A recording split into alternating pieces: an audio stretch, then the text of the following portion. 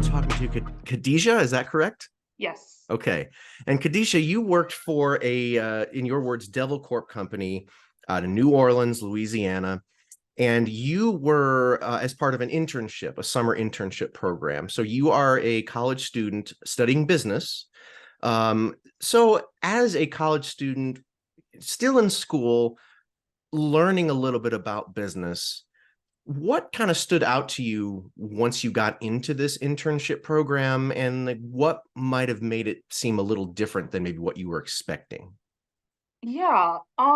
So I mean, obviously when I saw the title, oh, business development internship, I was like, okay, because I was interested in doing like marketing as a sophomore, and I'm currently a junior now in college. So what stood out to me was like before I got into the industry was, oh, maybe I'll do some cold calling and it'll be more professional and um it's probably going to be more like an office space. And then when I got to the office, it was really different. Like it's not like your typical job. I would say 99% of all jobs are not really Credico based. They're like normal jobs, like 9 to 5. And when I got in, it was really, really different and new. Like I was excited at first, and I did not expect that I would land in a job where I would be standing outside of Walmart's day in and day out, or walking around the French Quarter for hours and hours, even on weekends. Um, it was really it was really rare in the sense that like the title was different compared to like the actual job, because I would see different titles on the job poster, but when I got in, I realized that everyone was doing the same thing. Like there wasn't any like technology, like there wasn't any like job duty where like, oh, Excel, like you'll use Excel in it, you'll call people, you'll um develop relationship with the clients, you do more business to business stuff. But I didn't realize I'll talk to people in person and do a pitch every day, like the same thing every day. So how much of your day-to-day job responsibilities were you even aware of when you started?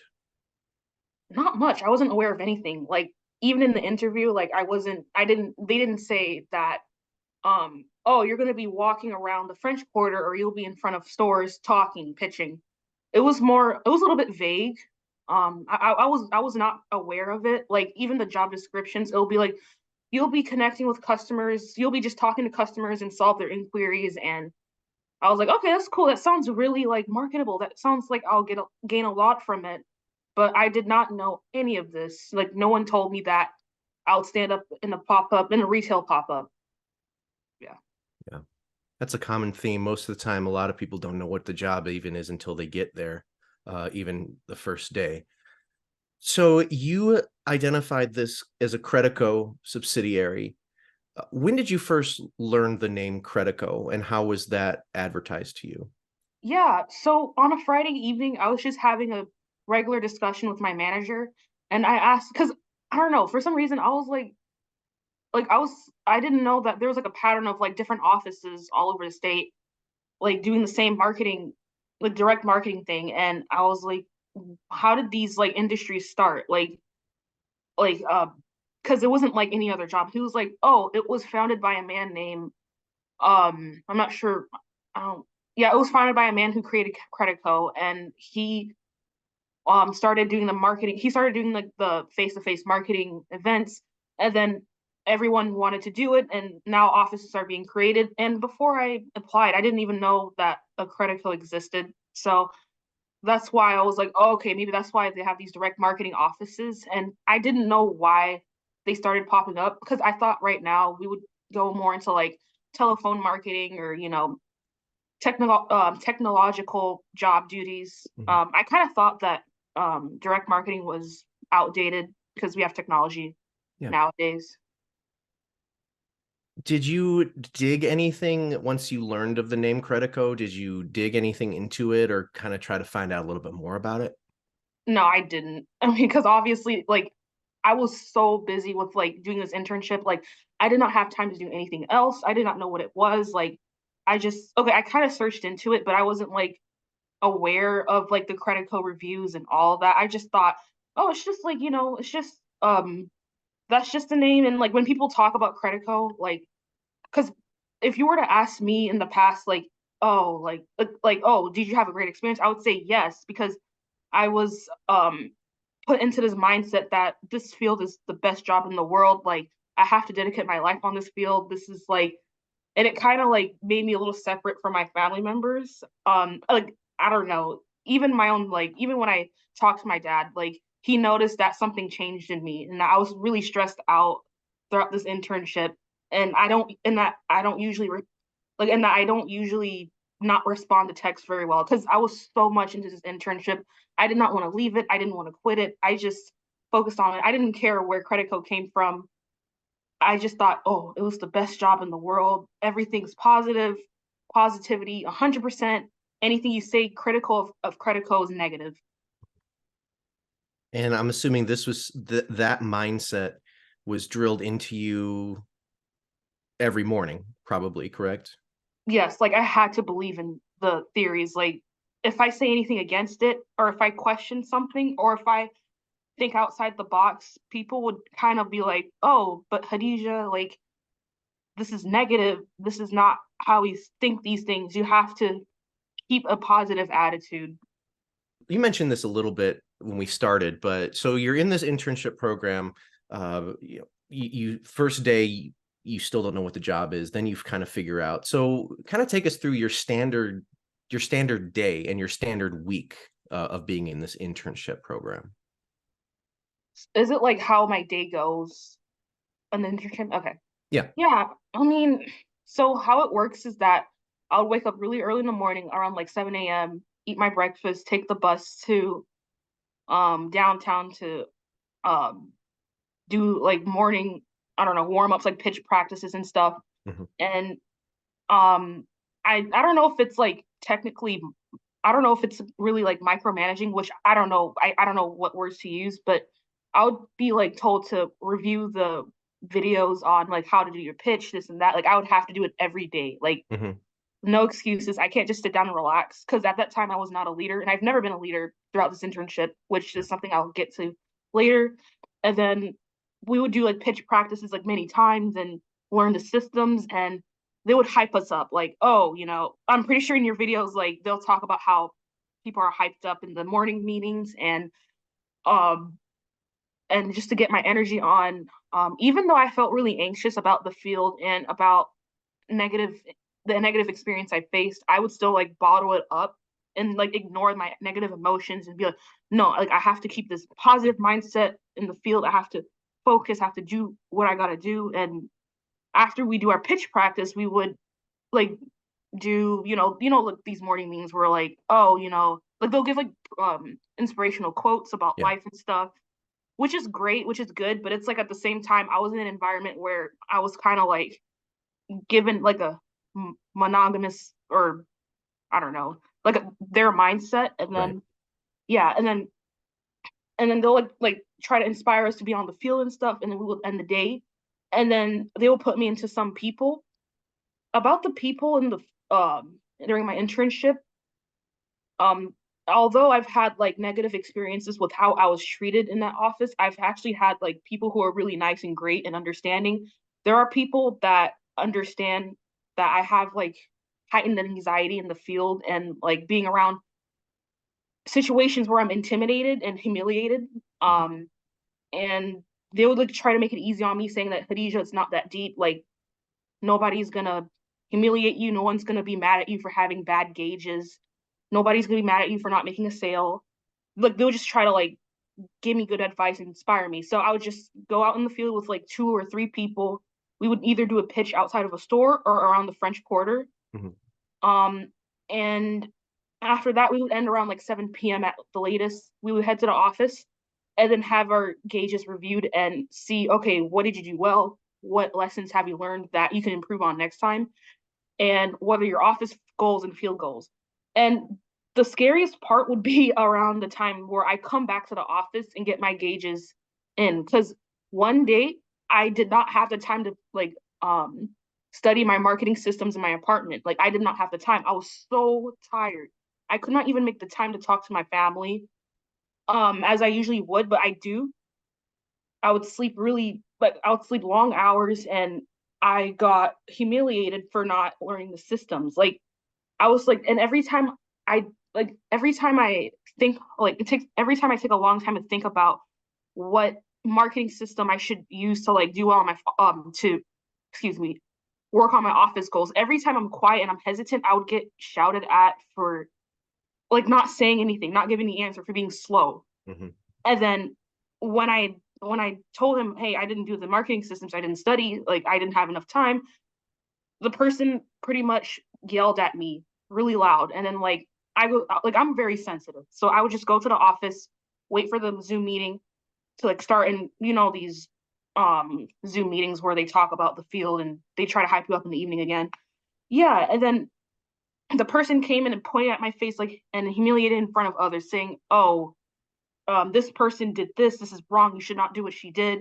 And I was surprised that I was humiliated. I did not expect for this to happen, and it ruined my night pretty much. It made me not focus on other things. Like I could not focus, and I had to talk to my parents about this and vent to them and tell them what happened, and they didn't like it. They were in the Midwest where I'm from, and I was in the South, and Mhm. living far away was all right. Like I can be independent, but it was really hard for them to deal with what I've been through while they were far away during the summer. So yeah, and then we would just have our gauges checked, and then after that we would just do our Zoom meeting at night, and I wouldn't have enough time to rest and do some other activities. Sure. And I understand the whole hyping you up and getting you excited and whatnot, because the field's not easy. Like regardless of what product you're selling or what you're doing, it weighs on you emotionally, mentally for sure. Um, so I get that, but and I understand why they have to tell you nothing but positivity, because you're going to face a lot of negatives, but also they don't want you to question when you do have questions to come up. um so what were you selling? Like what were you walking around pitching to people? We were pitching to people about a charity, so I was on the charities campaign, and it was about human rights. Okay. And we would talk a lot about like human rights and like to the people. The thing is, people would say it's not about selling, when really I think that they need the sales. And I wouldn't really hear much about the charity and the cause for human rights, because I learned a lot from it. I'm not gonna lie, like I learned about gun violence in America. I learned about um women's rights, immigration rights, stuff like that from the field. And it's good I got product knowledge, but I feel like it was only about like I feel like they're kind of focused on the selling part. I didn't learn about the charities from them, but rather maybe in the websites or just from pitching to people. Yeah. Did you ever have anyone from the actual charity come and talk to you guys? No, I have not. The people I would talk to, I mean, yeah, they knew the charity, but they didn't like work for it, or Hmm. we're basically a third party office. Yeah.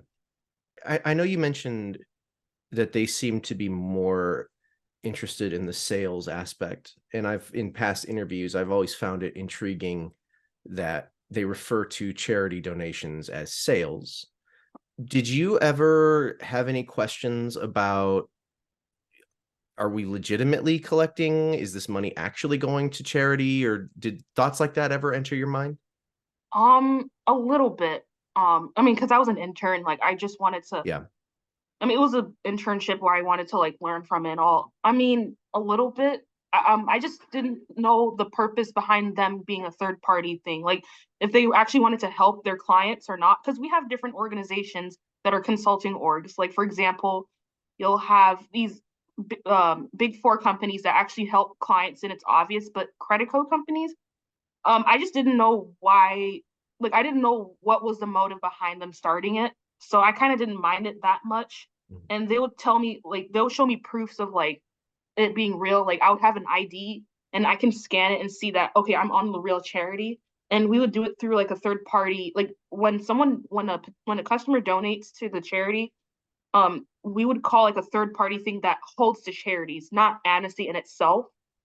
And it would and I was told, okay, the funds go directly to the charity.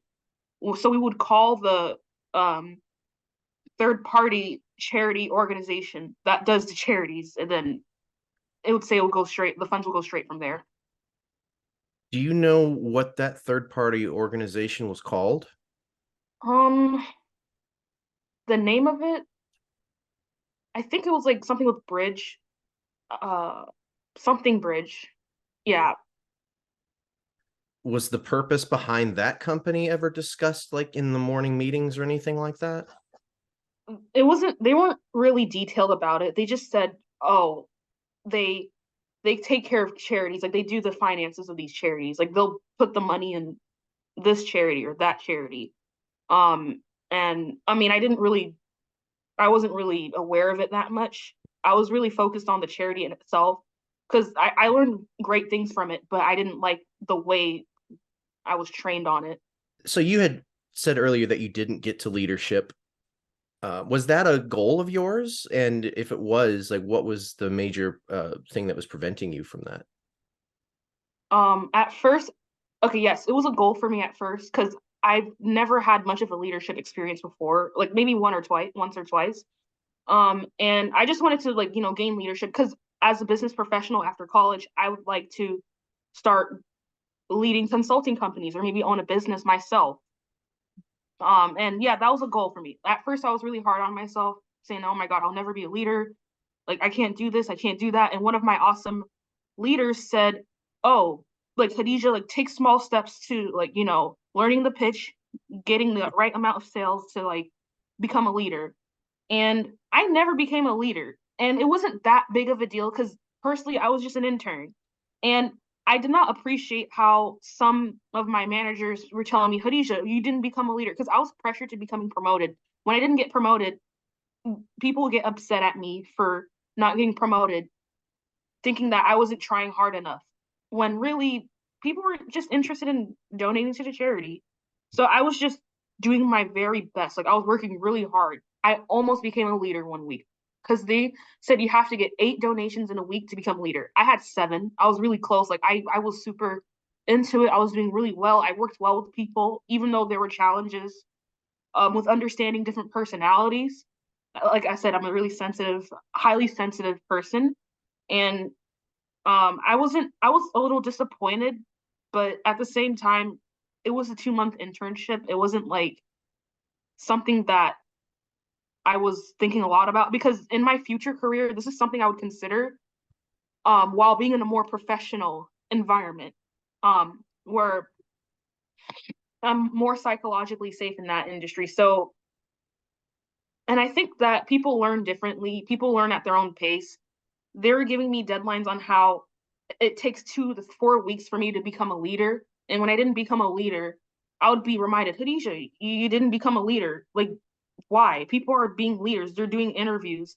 They're doing this. They're doing that. You're just learning this amount of skills as an account executive. Like you don't have enough time until you go back to your hometown. Like, Khadija, you're not blah blah like this and that." And I just kind of get really upset and I took it personally when I was told that because I don't think it's normal to be criticized for not getting promoted because in professional companies in which they're not Credico companies, people and when people don't get promoted, I don't think that there's a negative connotation of that. It's just that people have their own pace and it's Mhm. okay.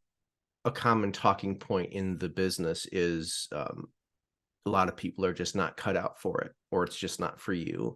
I'm sure there are going to be some that hear this video that are still in the business who will say, well, she just wasn't cut out for it. Like this just was not for you.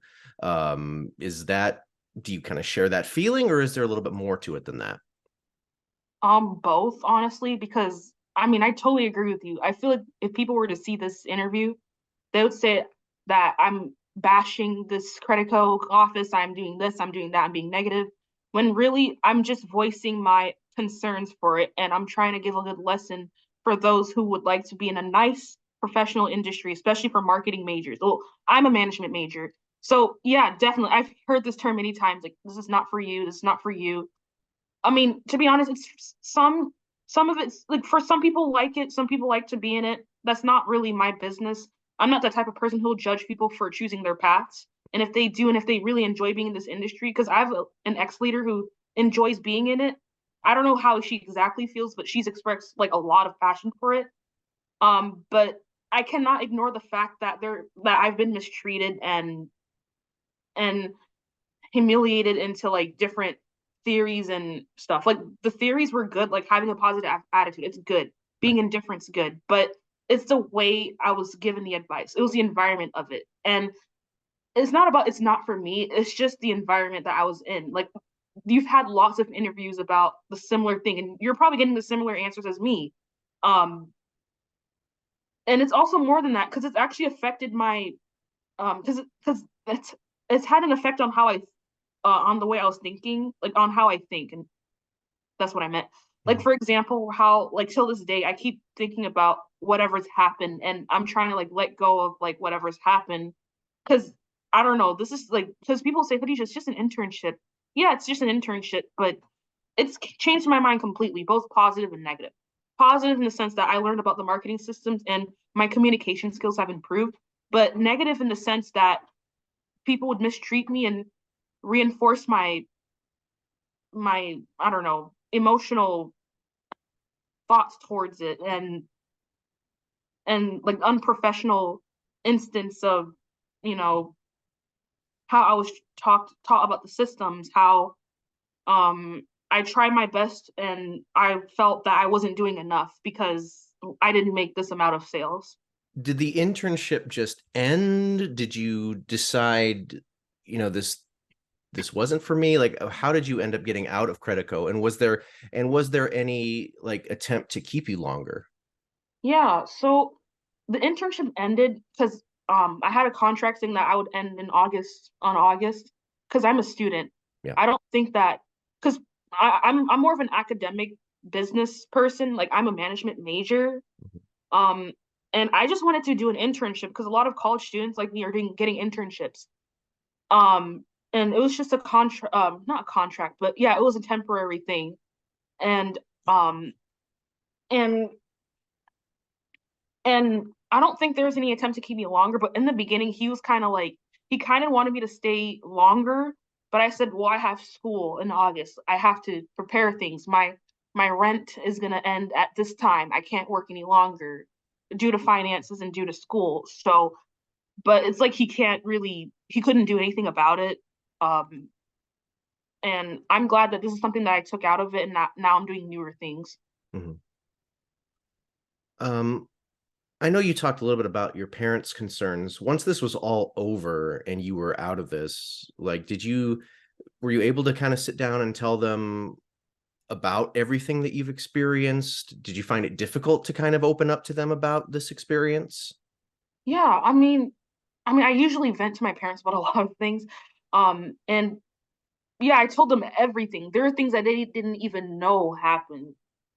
Um, and yeah, I told them everything, and they were like, Khadija, like you were brave enough to like survive the negative experiences. And yeah, I told them like everything that's happened and and even like physically, like I would be really, I don't know, like for example, how this is not to like bash the company like for the sake of confidentiality, but when I had an inflamed leg Mhm. after playing a soccer game, I was kind of like I was required to work again after it, even though my leg was inflamed, in which it got worse after a few days. Sure. And Yeah.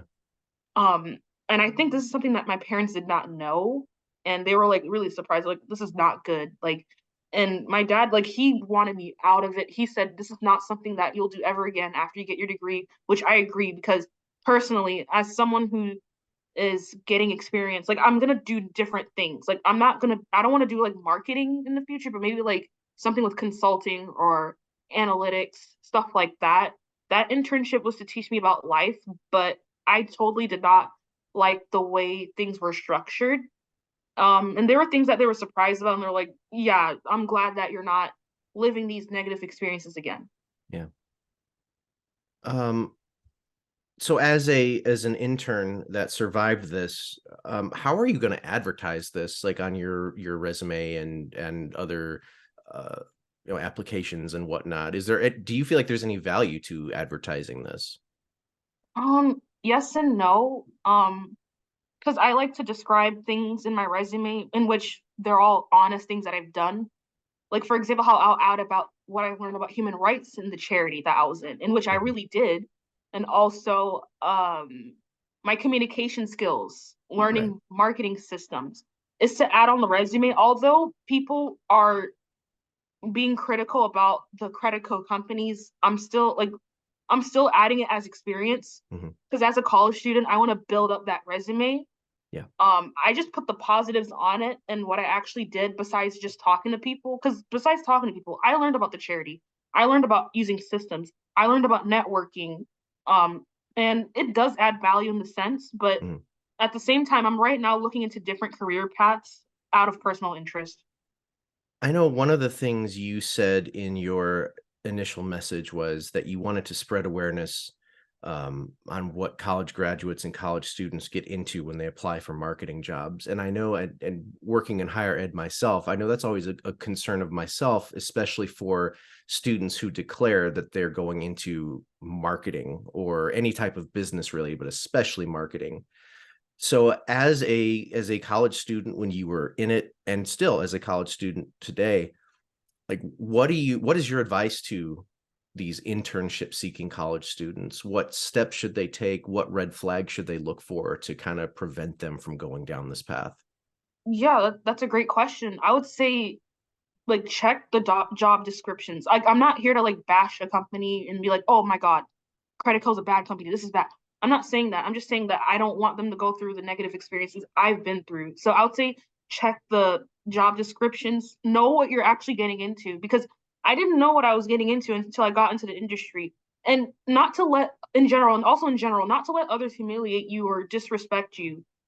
Um, like it depends on what you want. Like after college, if you want to get a job in marketing, like what do you want to do in marketing exactly? Do you want to be a marketing analyst? Do you want to take care of clients without doing direct marketing? You have to check the response. Like you have to check the responsibilities and make sure that when a manager tells you something like how the pay is going to be, make sure it's actually real. Like because I know that there are companies that do like that aren't really Credico, and I've seen college graduates from my school get into like non-Credico based companies. So I'd say for marketing enthusiasts or majors to be careful of be aware of any negative experiences that you may face because I don't want them to go through what I've been through. So I'll see like make sure that everything's detailed.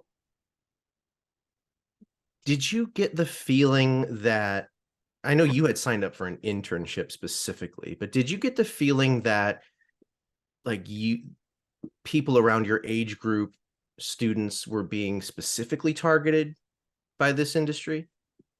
Yeah, I feel that because like we're young, we're vulnerable to like stuff like that. I would say most of the time yes, but at the same time there are like people who got out of high school, like who finished high school recently or who are just looking to get a job. Mhm. But I feel like a lot of college students are into like are getting I feel like a lot of college students are the niche right now. Um I don't know, because for example, like my father, like he's worked in industries that are different than mine, for example, because we're different generations. Mhm. Credico's a really like youthful based like company. Like I'm around people who are like around my age, kind of like minded. And I feel like when I was chosen for this internship, I feel like they saw the fact that I don't know, I have different backgrounds, I speak different languages. Um, I'm I don't know. I feel like people are like try to make it really diverse and um they'll find anyone that they can find to like hire them. So yeah. My manager was very energetic. Like he would like run outside the like I don't know. He would like run like sprint and like try to get energy out of us. And one time he was sprinting and then he said, "Okay, guys, like run, like catch up with me." I was like running as fast as I could, and when I couldn't catch up with him, the person got really upset at me for not being as fast. And that has nothing to do with like pitching people. And the person like told me to carry the weight like to see if it's like heavy or not. It wasn't heavy for me. And the reason why it wasn't heavy like that it was really heavy for me, excuse me, was because for he's physically stronger than me. And every time I didn't like do think how the person thought or every time I use wrong vocabulary, the person would kind of like I don't know. I'll kind of be criticized for it. And the person was like really upset that I couldn't run as fast as him. And that really made me really upset. Like I was kind of bombarded into like, and every time I have anxiety, people would um mistake that as having a bad attitude. I can't control how I feel. Like if I'm really anxious talking to potential customers, even though some days are really good, I would be saying, Khadija, like people would be like, Khadija, like you look terrible. You need to like sit down, take a break. You don't look good. You look like something bad happened to your face, et cetera, et cetera. And um I was kind of like I was like really getting triggered. Like I have had like it was the most triggering moment ever. And every time I kept getting upset, I would keep getting triggered and triggered and triggered. And it's like, okay, it's kind of like enough. And Mhm. just, and I don't know, I don't know, it was like more than enough personally. Yeah. Like, even for non-field things, and even for having hobbies, like I have hobbies, they're just different than the person's hobbies. And be like, Khadija, what are your hobbies? I would say, I like to learn different languages. And then I would be told, yeah, but that's like working. That's not like a hobby. Like, you need to have hobbies, but we're not the same. I can't think how you think. Mhm.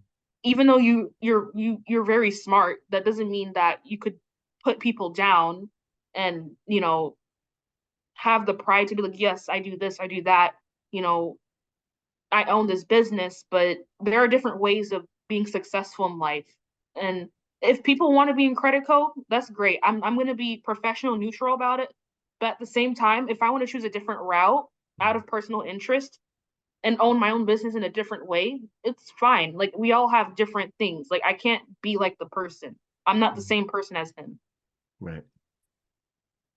So, this has obviously left a mark on you. Like I know you can sell the positives of this to excel in your life. Going forward though, like how do you feel you can recover from this? Like and kind of put those negatives behind you so that they don't bother you as much anymore.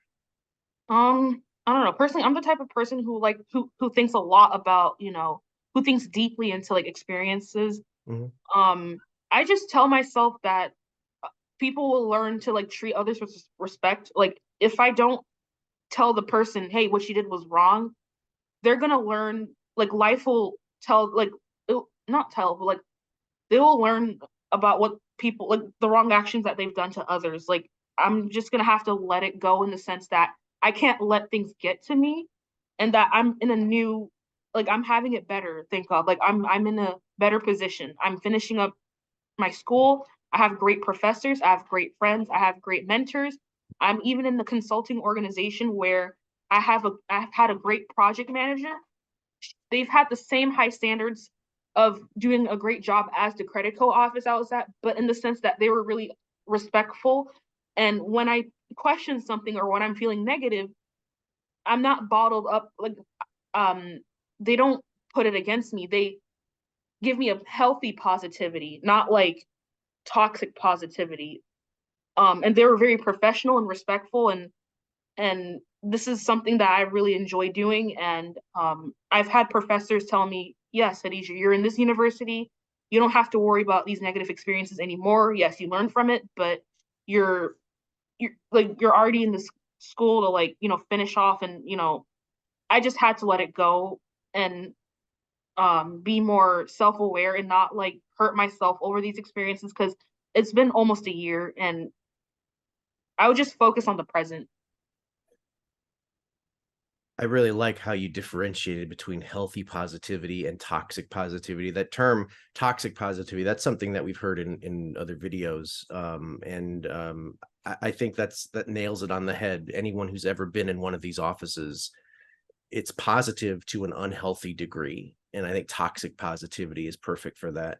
And I think you're doing a great thing. It takes a lot of courage to be vulnerable, especially about a subject where you can tell people this has affected me in a negative way. And sure, I've gotten some positives out of it. I think and every single person who's worked in Devil Corp can admit, yeah, I've learned something that I can use later. But do the positives outweigh the negatives? That's almost never true. So I do commend you for wanting to come forward and tell your story because I know it's not an easy thing to do. Oh, I really appreciate that. Like, I just want to like thank you so much. I want to thank like the people in the field who actually made it easier for me. Like, they've had to work in the field for their personal interest, but they kind of like understood me, and also like my current mentors, teachers, managers, etc. Yeah, thank you. I mean, I'm basically learning in the process. And I did not know what positivity really meant until I started getting to new orgs and meeting new leaders. And yeah.